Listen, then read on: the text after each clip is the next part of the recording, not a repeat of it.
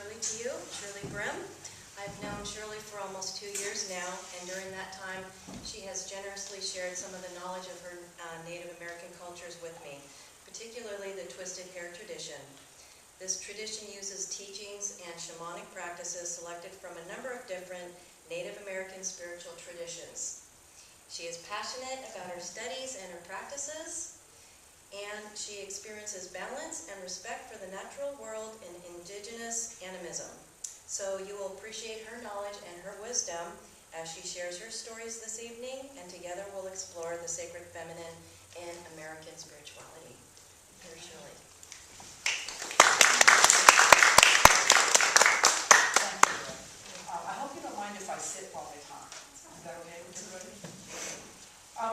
We're going to be doing things just a little bit differently this evening because the way the directions are used and everything is a little different than in the goddess tradition. So I'm going to give you just a little bit of background first so that it makes a little bit more sense, and then we'll follow the directions. I want to thank everybody for coming tonight. It's very exciting to have, to be able to talk with other people about this tradition that means so much to me. I want to thank Joy for inviting me to talk, and also to thank Penny, Paulette, Catherine, and Loretta for creating such a beautiful space here tonight. Would you please stand up so we can Yes, talk? Because you've done an awesome job.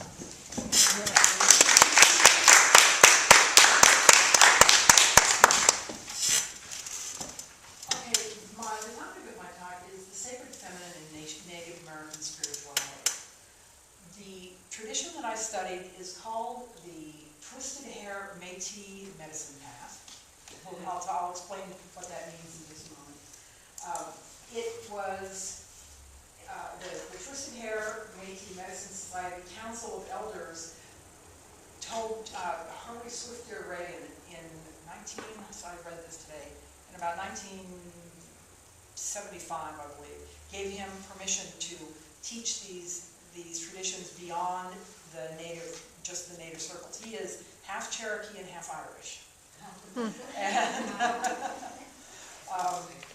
But he grew up on the Cherokee reservation with a grandfather who taught him, and grandmother, I believe, who taught him a lot of these traditions, and so he grew up in these native spiritual traditions. And he has a large group. They used to be down in the LA area. Now they're outside of Phoenix. And there's a very large group of people. People come in for. They have year-long teaching circles and things like this. The Twisted Hair Métis tradition. Hair in many native ancient traditions symbolize knowledge. So the twisted hairs were people. It was as it was explained to me, it was a traveling group of people who occasionally picked up people as they went from one tribe to another, one village to another, picked up people from the places where they were traveling through. A lot of times these were people who didn't quite fit in the tribe where they were. There was just something about them that wasn't really quite in sync. And so these were people who kind of built their own traditions. They took the different teachings from a number of different indigenous cultural traditions and pulled them together into what they called a braids of truth. And then this group would kind of test them, make sure that they were in accord with sacred law and that they made sense and that they worked and everything, and then they would be woven into the larger body of knowledge. Métis is French for mixed blood. I think it's French, anyhow, for mixed blood. And one of the things that happened very frequently is that, especially as things moved on where there began to be people of more mixed bloods, a lot of those people were some of the people who didn't fit in. And so they ended up with a higher percentage in this group, with a higher percentage of people from mixed cultural traditions, and they saw that as fitting, because they were mixing spiritual traditions as well. And these were people who tended to be able to kind of think outside the box. So Native Americans, depending on where the tribes were, they put the directions in the elements, they put the elements in the directions that made sense to them. So if a tribe was on the East Coast, water went in the east. If the tribe was on the west coast, water was in the west. So you'll find different elements and different directions paired up as made sense to the people who came up with it. This particular tradition draws strongly on southwestern and midwestern traditions, and so water is in the south. So so I'm going to go through the directions and the elements that are there, the way that they look at it, and then we'll call them the directions. So south is the place of water. It is also the place of the child, of giving with the heart, and it's of the color red. It's the place of trust and innocence. West is the place of birth, the place of the adolescent, and of holding the body. It's the place where we can experience the little death of sleep each night and get to know a little bit about death as we travel along. And its color is black. North is the place of, I'm sorry, I wrote that wrong. It's the place of air, not earth. It's the place of the adult, of receiving with the mind, and the ability to really evaluate, take in a lot of information and begin to evaluate it, understand it. And the color is white. East is the place of fire, it's the place of the sunrise, and the place of the elder, where once you have gone from the heart to the body to the mind, you end up in the spirit, and with all of the wisdom that comes from all of these things, you can determine clearly from your spirit, determine the right direction to go, and the color is yellow. As above has to do with everything that is spiritual and of purely energy. It's the place of the highest self and of knowing your highest good. It's the part of you that understands what you should be doing and where you should be going. So below is everything of the earth and physical. It has to do with deep intuition and just body awareness, and very, very deep grounding and sense of direction. The center is the place of it's where all existence comes into being. It's the place of the unknowable void. And yet from the void that you cannot possibly understand comes everything. Creativity and spontaneity, everything that is the most life-giving, if you will, and energizing. Okay, so we're going to start I'm going to start in the south. And Loretta will light the candles as we start. Aho, energies and spirits of the South. We ask you to come and be with us here tonight. We are anxious to hear from you and to hear about you. To the place of the heart, the place of the child, the place of trust and innocence. Please come and be with us this way. Aho, you are welcome here. Aho, you spirits of the West.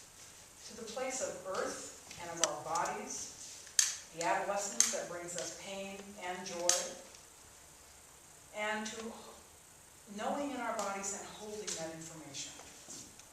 We value and welcome your presence here. Please come and be with us now. Aho, you spirits of the north. To the place of air and mind, understanding and receiving with our mind. To the place of the adult who takes on understanding and knowing. It is the place of air and is the color white. Please come and be with us. Aho, you are welcome here.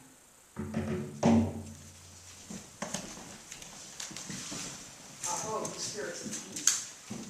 To the place of the rising sun, of determining from spirit when we know, once we have everything that we need to know to determine the right way to go. To the place of the elders, the wisdom of the elders. Your color is yellow.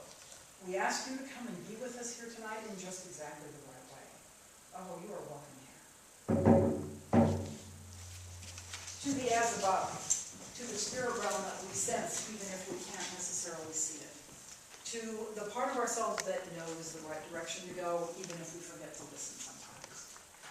We welcome you here. We ask you to come and be with us. Please come and bring your presence to us here. We are welcome. To the so below, to the place of the earth, the deep magma that rises from the earth and brings new growth and new land and transformation and ever-growing change, to all that is the base of our physical awareness that leads us to deep understanding. Please, we welcome you here today. Please come. To the center, to the place of the creative void. It's a frightening place. We do not understand it. We probably can't understand it. And yet from it comes all these important, wonderful things that make us feel the most alive. Please, come and be with us here today. You are welcome here.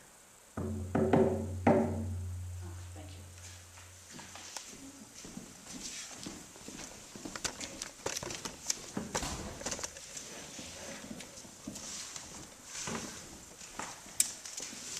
So when I was learning this tradition, one of the first things that they tell you is that there are two basic laws in this tradition. Everything is born of woman, and that nothing be done to harm the children. They have a hard time understanding a patriarchal system anyhow, because many native cultures are much more matriarchal in nature. But they certainly do not understand the folly of putting a father and a son and some discarnate being in charge of everything.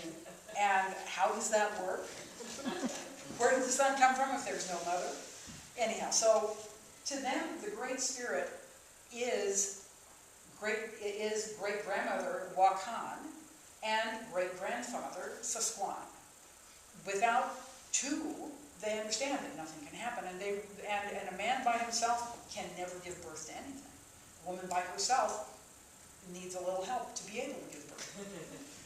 So they see everything in pairs. There is less, in the tradition that I learned certainly, there is not the dichotomy of man, the separation of male and female.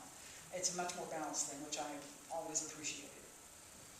There was also a sense of understanding the responsibility that we all have for anyone who is weaker and not able to protect themselves. So children in this term covers anyone who is at risk in any way and is unable to take care of themselves. And it's just a reminder that we are all interconnected and we're all responsible for each other. So when I was learning this tradition, one of the first things that they tell you is that there are two basic laws in this tradition. Everything is born of woman, and that nothing be done to harm the children.